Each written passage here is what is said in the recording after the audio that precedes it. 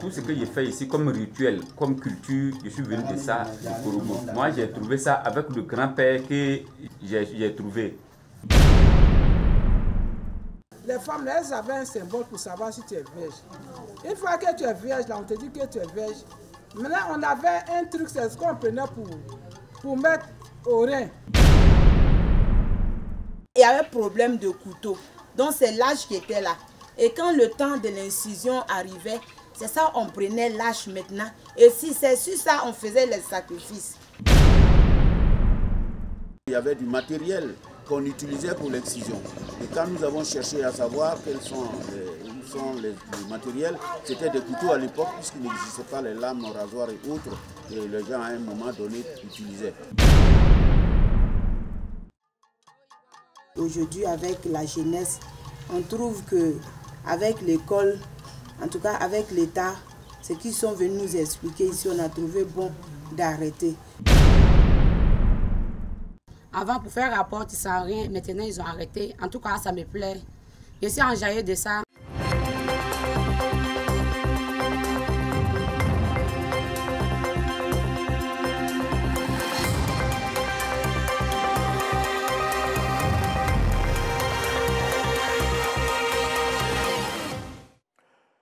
Mesdames et messieurs, bonsoir. Interdite depuis 1998 en Côte d'Ivoire, la pratique de l'excision se poursuit précisément dans les villages et confins reculés du pays. Selon de récentes statistiques, environ 36 femmes sur 100 vivant en Côte d'Ivoire sont excisées. Un chiffre alarmant, il donne même froid dans le dos. Et pourtant, en 2013, le phénomène a été proscrit officiellement à Tambi et à Moutiamo, deux localités du nord-est de la Côte d'Ivoire dans le département de Bandoukou. Comment des peuples attachés à des pratiques ancestrales ont-ils pu s'en défaire? Et quelles sont les séquelles laissées par cette pratique sur les victimes? Entre coutumes et modernité, les populations semblent avoir opéré un choix. L'équipe de Notre Santé a visité les deux localités pour vous.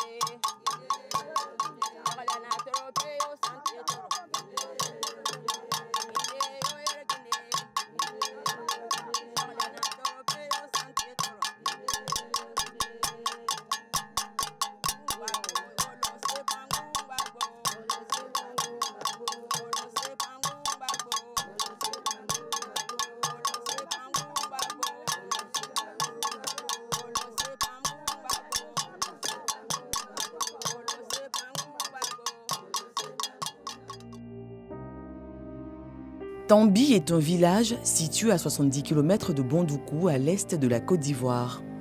Ceux qui y vivent sont les Nafana. Tambi est la plus grande localité des Nafana, un peuple profondément animiste. Les Nafana sont des descendants des Sénoufos. Ce peuple se caractérise par une histoire riche et diversifiée.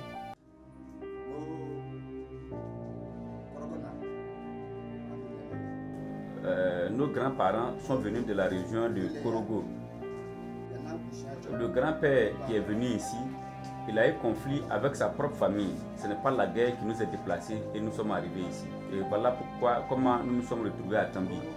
Et nous sommes venus rester sur cette terre ici à Tambi pour travailler. Tout comme chez les Malinké, peuple voisin des Nafana, l'excision était une pratique courante et culturelle. Comment une société marquée par des pratiques ancestrales s'est-elle tournée vers la modernité. Les gens sont venus nous former sur l'incision et on nous a dit ce que l'incision pouvait faire sur la femme. Et on nous a montré que la femme, bon, nous, quand ils sont venus, ils nous ont demandé comment on incisait ici. Et on les a expliqué, on a dit que pour nous n'était rien.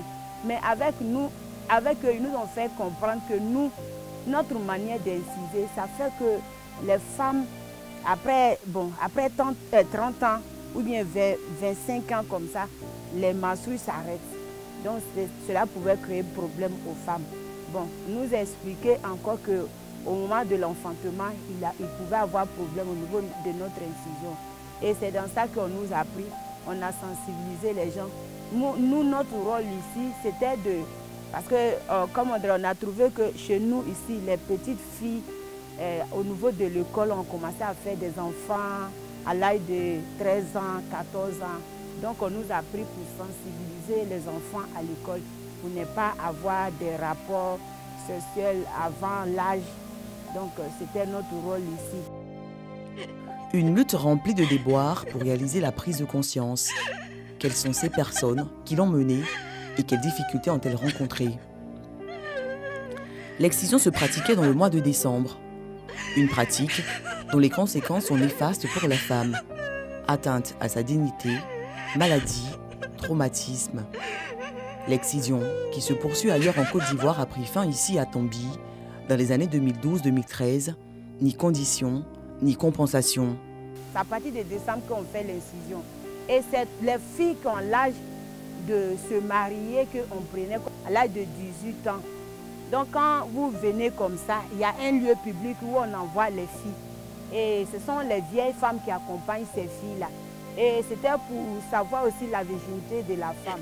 On te fait coucher, les vieilles femmes vont te vérifier. Le vagin, on regarde dedans si tu es vierge ou pas. Maintenant, c'est l'utérus, on coupe, on fait un signe dessus. Maintenant, quand on trouve que... Parce que moi, quand j'étais avec eux, bon, quand ils m'ont fait coucher, ils m'ont dit que l'utérus n'est pas gros. Donc, il faut faire un signe. Donc, c'est là que j'ai compris que si c'est gros, on doit couper aussi. Sinon, on ne m'a jamais dit qu'on coupe aussi. Comme c'était une coutume, donc on était fiers en ce moment-là. Parce qu'en ce moment, on se réservait même. Et quand tu es une jeune fille, qu'on doit t'inciser, que tu n'attends pas la virginité, ce jour-là, si on découvre que tu as été déviergé, c'est la honte pour la famille. Anzoa Yaobio Cécile est une des victimes de cette pratique dégradante. Elle n'a pas été seule dans la lutte contre l'excision à Tombi. Tu vas voir une femme, la seule femme là, tu as été accouché, la seule femme là, il n'y avait pas l'eau, il n'y avait pas Omo, il n'y avait pas Jabel, au moins pour laver tes mains. Donc c'est la même femme là qui prenait, qui te fait coucher, elle prend sa main pour au moins ouvrir dedans, pour voir dedans. Ça, c'était pas joli à voir. Puis toi, la femme n'est pas bien pour qu'on parle, les femmes parlent, les sourires en public pour voir comment elle est dedans. Moi, j'ai dit aux femmes, cette pratique-là, ce n'était pas une bonne pratique. Ce n'était pas bon. Puis le même doigt, le même appareil qu'on prenait pour toucher les femmes, c'est ce même, avec les maladies par-ci par-là. Avec ce même appareil qu'on prenait pour toucher les femmes, ce n'était pas bon. Je suis venu avec l'excision depuis chez mes grands-parents. Tout ce que j'ai fait ici comme rituel, comme culture, je suis venu de ça, de Korogo. Moi, j'ai trouvé ça avec le grand-père que j'ai trouvé. J'ai trouvé ça avec mes grands-parents. Le grand-père que j'ai succédé aujourd'hui, j'ai trouvé ça avec eux. Chaque année, c'était une répétition qu'on le faisait, c'est dans notre culture. Dans l'ancien temps, on donnait les femmes en mariage. On ne choisissait pas la femme. Donc quand tu donnes la femme en mariage, tu dois t'occuper de la femme jusqu'à ce qu'elle soit mature, jusqu'à 18 ans. À l'âge de son mariage et de la maturité maintenant, tu dois trouver une hache, comment il faut t'occuper de ses affaires, comment il faut prouver que la femme elle est mature. C'est pour cela qu'il y a eu l'excision. Et quand il y a eu l'excision, on donne une date que les grands-parents et puis les grandes-mères donnaient. Après cette date, elle va passer 3 semaines dans l'ancien temps comme je trouvais. Mais après, ils ont ramené ça à 1 semaine pour que la femme, elle se lave dehors. Elle prépare, tout le monde prépare pour qu'on arrive à manger comme une joie. Après cela, elles vont se promener dans tout le village pour dire merci à tout un chacun qui a pu faire du bien pour la famille. Et après cela, le père ou l'oncle qui t'a donné la femme en mariage vont trouver un jour dans l'année qui est pratiquement vers le temps de l'harmattan, la sécheresse, pour dire que vous allez marier vos femmes là. Et quand vous allez commencer le mariage de vos femmes maintenant, c'est après avoir fini de faire le mariage que la femme maintenant va se retrouver chez son homme. Voilà ce qui a inséré la circoncision, l'excision dans la famille Nafana ici à Tambie. Beaucoup de déboires chez ces jeunes filles autrefois. Mais elles n'ont pas été seules dans la lutte. Même les hommes y ont été associés. Une participation soutenue dans la réalisation de la prise de conscience. Chez nous, les Nafana, avec le trône que je mérite aujourd'hui, où je suis assis, si une femme n'est pas excisée, je ne peux pas la marier. On a trouvé ça avec nos grands-parents. C'est comme ça qu'on nous a enseigné.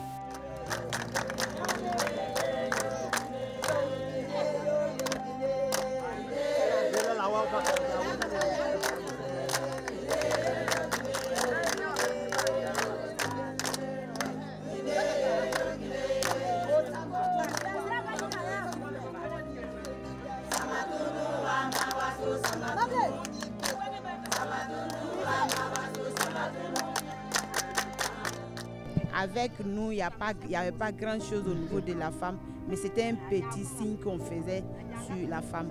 Et c'est le sexe de la femme, on prend une partie, on fait un signe dessus. Sinon, ce n'était pas de couper quelque chose d'autre pour jeter, mais c'est un signe qu'on faisait sur le sexe de la femme. Pour dire que si on veut comprendre même là, avec la tradition, c'est comme genre, quand tu n'es pas incisé, c'est comme si tu es sué. Donc c'était de cette manière-là qu'on faisait le signe sur le corps de la femme. Et c'était une manière aussi de voir la virginité de la femme. Parce qu'il faut que la femme soit vierge pour qu'on puisse célébrer son mariage traditionnel. Donc on faisait le signe, mais après ça, il n'y avait pas de problème avec les femmes. Ça n'envoyait pas de maladie.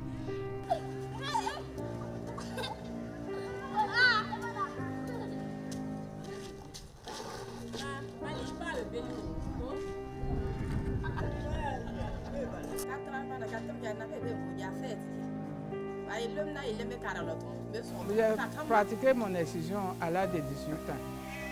Ben, on m'a excisé sur le lieu public. L'excision, mais quand je suis parti, les femmes m'ont excisé sur le lieu public. Maintenant, quand on est parti, bon, au cours de l'excision, je n'ai pas senti. L'excision, c'était une fierté pour moi, puisque chez nous, à notre âge, là, si on fait l'excision, nos mamans préparent bien, on te donne beaucoup de viande, vous mangez bien, vous vous lavez bien. Donc c'était une grande fierté pour moi. Il y avait une hache qu'on prenait pour toucher toutes les filles de l'année, parce que c'est chaque année qu'on le faisait. Donc c'est de génération en génération.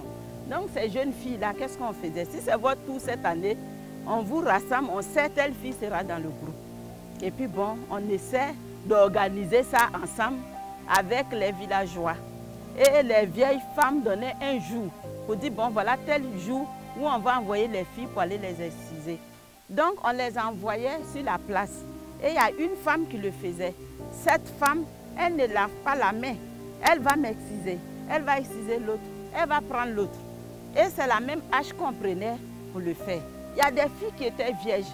Il y a d'autres qui ne sont pas vierges.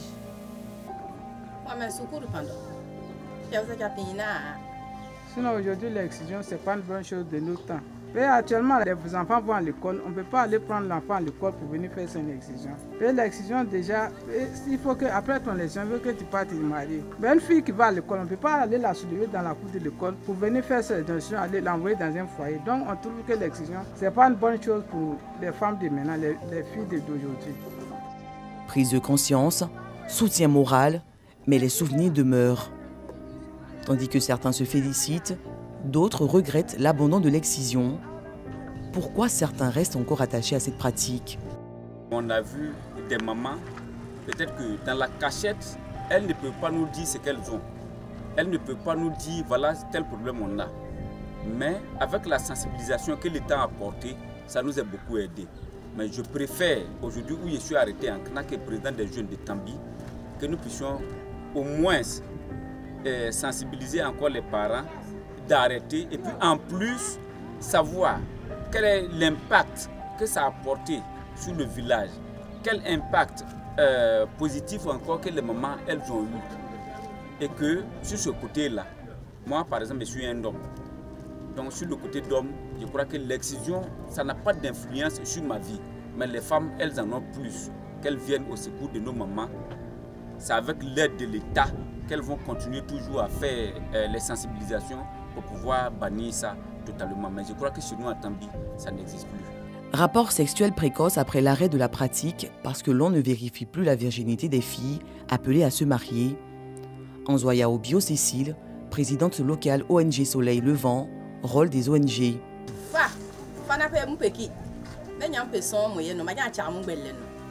n'y a pas une différence entre celle qui n'a pas été excisée. Nous, quand on passe, il n'y a pas de différence entre celle qui n'a pas été excisée et celle qui a été excisée. Il n'y a pas de différence. On est la même chose. Il n'y a pas de honte. Des gens ne vont pas te dire, ils ne vont pas honner des gens que tu n'as pas été excisé. En tout cas, ils ont arrêté l'excision. En tout cas, ça me plaît. Parce qu'avant, il y avait l'excision. Mais la partie qui touche à un homme, avant pour faire rapport, ça rien. Maintenant, ils ont arrêté. En tout cas, ça me plaît. Je suis enjaillée de ça. Nous, on a eu la chance qu'ils ont arrêté. Donc, on trouve que c'est bien. On a compris que l'exclusion n'était pas une bonne chose. Donc, c'est à cause de ça ils ont arrêté. Donc, nous, on est contentes. Yao Akwa Kevin et Guinée Afouakra n'ont pas connu l'excision. Mais cela ne fait pas d'elles des femmes indignes, comme le prétendait autrefois la coutume. Que ressent leur mère face à l'arrêt de l'excision? À notre temps, comme on l'a dit, c'était une fierté pour nous. Et aujourd'hui, on dit que les choses changent.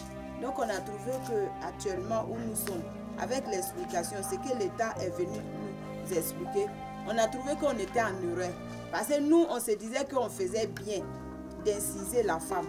Mais avec l'explication, on dit avec l'excision, il peut y avoir des maladies, beaucoup de problèmes au sujet des femmes. Et avec, ils ont expliqué beaucoup de choses qu'on a compris que vraiment l'incision, ce n'est pas une bonne chose.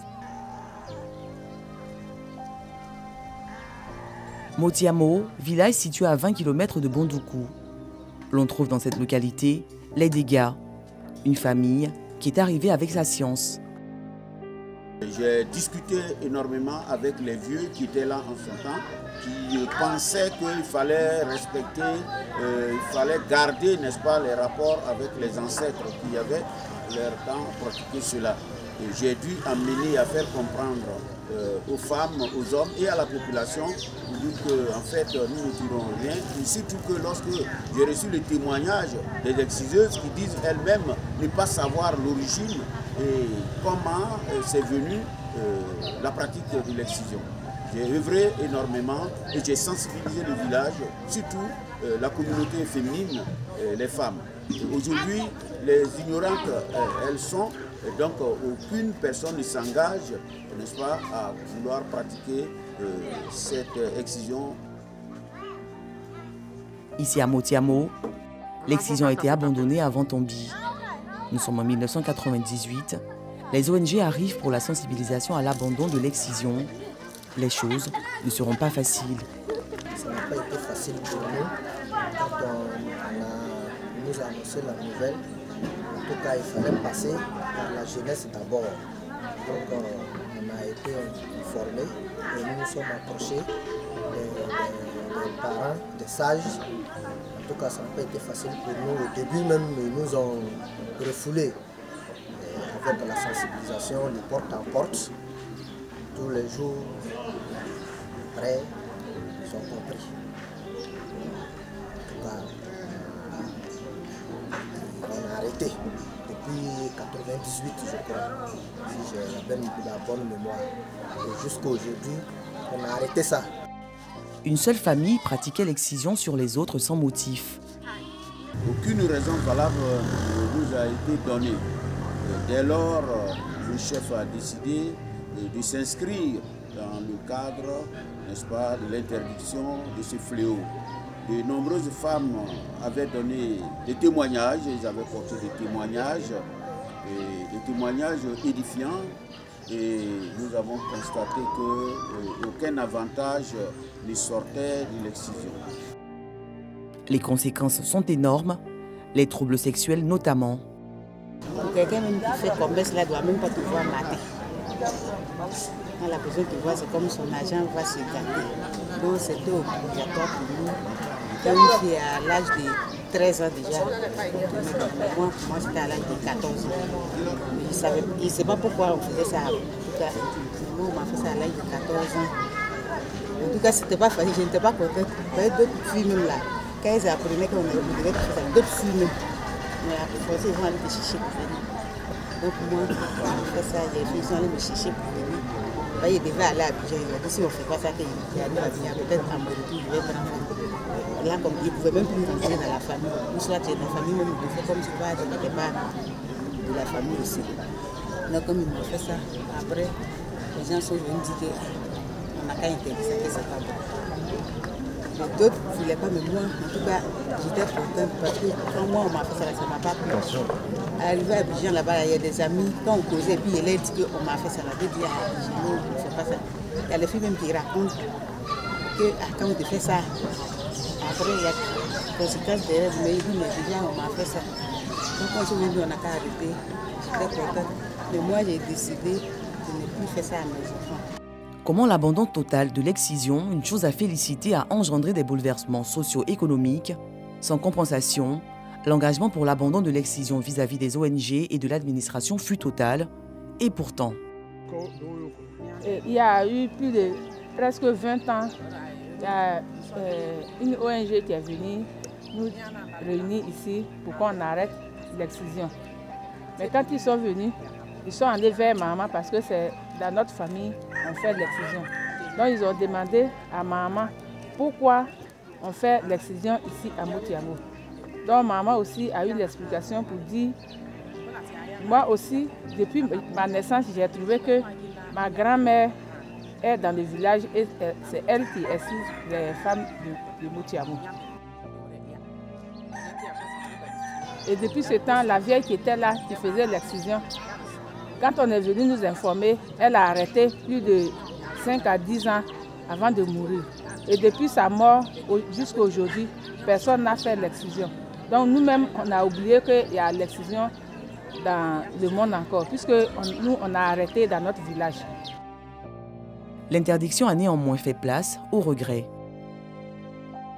Quand l'ONG est venue, ils nous ont dit que si on arrête l'excision, ils vont chercher un métier pour les femmes qui font l'excision. Et depuis ce temps qu'on a laissé, jusqu'à aujourd'hui, on n'a rien entendu. Donc, elle continue de demander toujours à ce que l'ONG fasse face à eux pour qu'elles gagnent aussi un métier pour pouvoir s'entraider. Insertion économique ou pas, l'excision a été abandonnée dans les localités de Motiamo et Tombi. Toute chose qui laisse croire que la pratique peut être abandonnée ailleurs.